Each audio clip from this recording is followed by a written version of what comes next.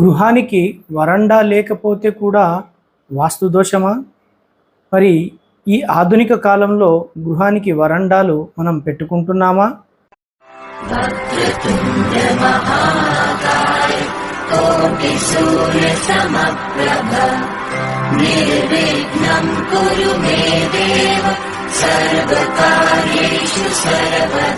గౌరవనీయులైన ప్రజలందరికీ నమస్కారం. గృహానికి వరండా లేకపోతే కూడా ఆ గృహము ప్రశస్తము కాదా? ఇలాంటి ఎన్నో వాస్తు దోషాలకు సంబంధించిన ఏవైతే పద్ధతులు, ఫలిత దోషం గురించి ఎలాంటి దుష్ఫలితం వస్తుందో టెలికాస్ట్ చేశాను. మిగతా 3 కూడా టెలికాస్ట్ అవుతాయి. ఇంత క్రితమే నేను చెప్పాను, ఒక 2 సంవత్సరాల క్రితం, వరండా లేకపోతే కూడా ఆ ఇల్లు ప్రశస్తమైనది కాదు, దానికి కూడా వాస్తు దోషాలు వస్తాయి. ఎందుకోసం అంటే వాస్తుశాస్త్రము మినిమం ఒక వాస్తుశాస్త్రాన్ని పూర్తి చేయాలంటే 3000 నుండి 4000 శ్లోకాలు చదువుతూ దాని అర్థాన్ని తెలుసుకోవాలి. ఇటీవల ఆధునికంగా 150 పేజీల పుస్తకం వచ్చింది. దాన్ని చూసి మేము శాస్త్రం చదివినాం, అనేక రహస్యాలు తెలుసుకున్నాం, ఇవి రహస్యాలని మీ అందరికీ డప్పు కొడుతున్నారు. చదువురానోళ్ళు ఇట్లా చెప్తున్నారు.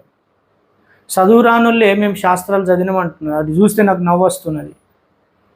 వాళ్ళు చెప్పిన రహస్యాలు నిజంగా ఈ 3-4 శ్లోకాలు కలిగిన వాస్తుశాస్త్రాల్లో లేనే లేవు. వాళ్ళే కల్పించుకొని మీకు వాస్తు రహస్యాలని చెప్తున్నారు. ఆ వింతలు చూస్తుంటే నవ్వాలా, ఏడవాలా, జాలిపడాలా అర్థమవుతలేదు. ఈరోజు కూడా చాలా చక్కగా ఇక్కడ శ్లోకం వివరించాను, ప్రజలందరూ తెలుసుకోవాలి. పురతః పృష్ఠతః పార్శ్వే యది వాలింద వర్జిత. చాలా చక్కగా వివరించింది శ్లోకం, చాలా ఈజీగా అర్థమవుతుంది అన్నట్టు. పురతః పృష్ఠతః పార్శ్వే యది వాలింద వర్జిత. ఎంత చక్కగా వివరించింది శ్లోకం.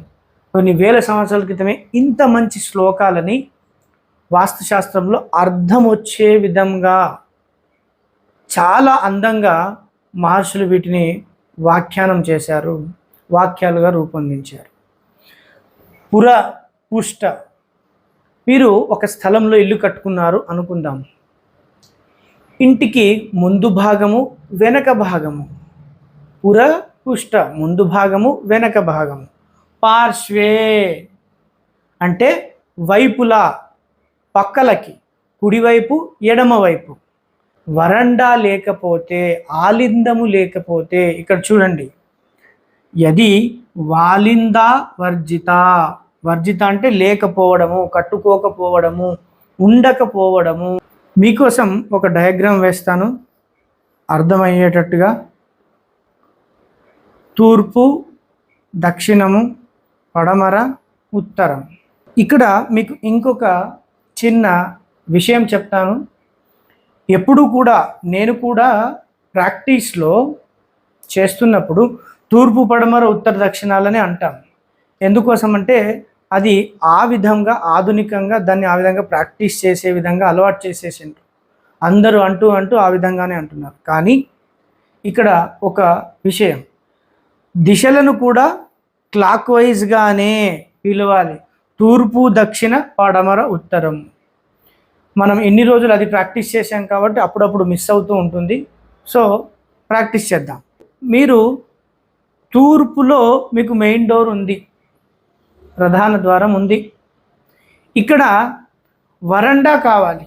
మరి వరండా ఎన్ని రకాలుగా ఉంటుంది, ఆలిందం ఎన్ని రకాలుగా ఉంటుందంటే చాలా రకాలుగా ఉంటుంది. అప్పుడు మీది ఏ గృహము అనే కండిషన్ కూడా వస్తుంది. ముందు భాగము, వెనక భాగము, ఈ యొక్క గృహానికి ఇటువైపు.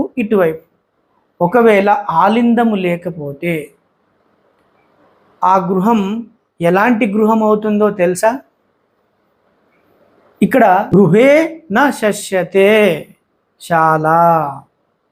ఒకవేళ ఆలిందము, ఇక్కడ చూడండి, ఆలిందము లేని గృహం ఏదైతే ఉంటుందో అది ఏమని చెప్తుంది? న శస్యతే.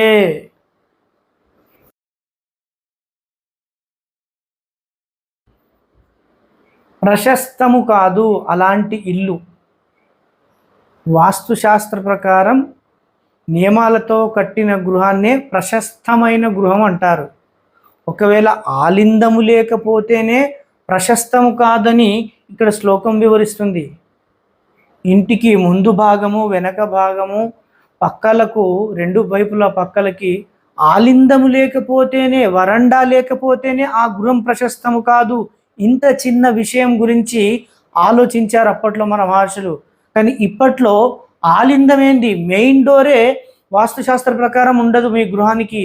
మరి మీ గృహము దిశకు ఉండదు. ఇవన్నీ చాలా పెద్ద పెద్ద వాస్తు దోషాలు. ఆలిందము లేకపోతేనే ప్రశస్తము కాదని చెప్తుంది వాస్తుశాస్త్రం.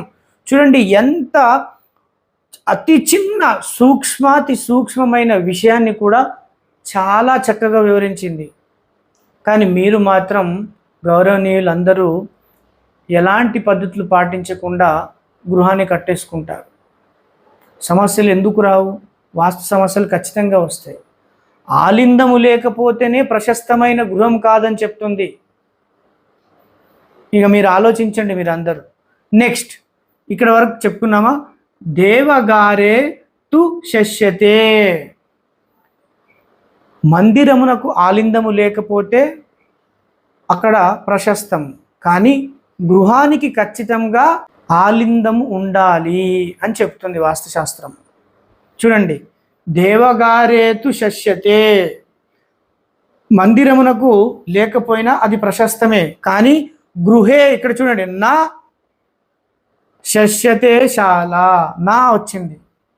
గృహానికి ఖచ్చితంగా ఆలిందం ఉండాలి, లేకపోతే అది ప్రశస్తమైన గృహము కాదు. ప్రశస్తమైన గృహము కానప్పుడు వాస్తు దోషాలు ఖచ్చితముగా వస్తాయి. ఇది గౌరవనీయులైన మీరందరూ ఆలోచించాలి. ఇటీవల ఆధునిక వాస్తు వచ్చిందని ఆధునికంగా కట్టుకుంటున్నారు. 2-3 సంవత్సరాల్లోపే ఒకవేళ మీకు ఆయాది గణన ఇస్తే ఆ ఆయాది గణన వరకు లేదా ఆ ఇంటికి ఆయుష్ వచ్చినంత వరకు పెద్ద పెద్ద సమస్యలు రాకూడదు. ఒకవేళ చాలా పెద్ద పెద్ద సమస్యలు వస్తున్నాయంటే అది నిజమైన వాస్తుశాస్త్ర ప్రకారం ఇచ్చిన వాస్తు ప్లాన్ కాదు. ఆధునికంగా అందరూ వ్యక్తులు కలిసి ఒక సిద్ధాంతాన్ని ఎన్నుకున్నారు. ఆ సిద్ధాంతం ప్రకారం ఇచ్చిన ప్లాన్ అది. దాన్ని వాస్తు కూడా అనరు. ఆధునికంగా వచ్చిన గృహ నిర్మాణానికి సంబంధించిన ఒక విషయాన్ని వాస్తు అనరు.